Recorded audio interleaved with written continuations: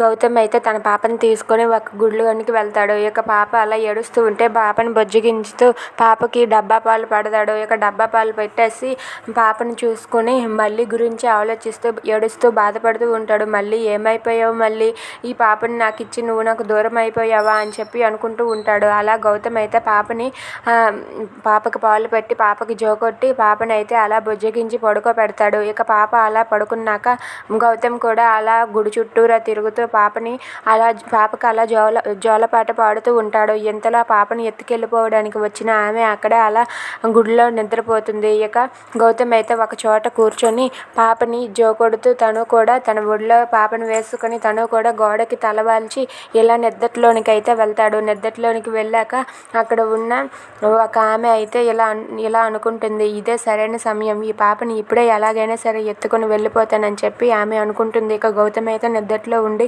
తన పాపను అలా పట్టుకొని ఉంటాడు. ఇక గౌతమ్ చేతిలో నుండి ఆ పాపని ఆమె ఎత్తుకెళ్ళిపోవాలని చూస్తుంది. ఇక గౌతమ్ తన పాపని కూడా కోల్పోతాడా? If you like this video please like, share and subscribe. Thanks for watching.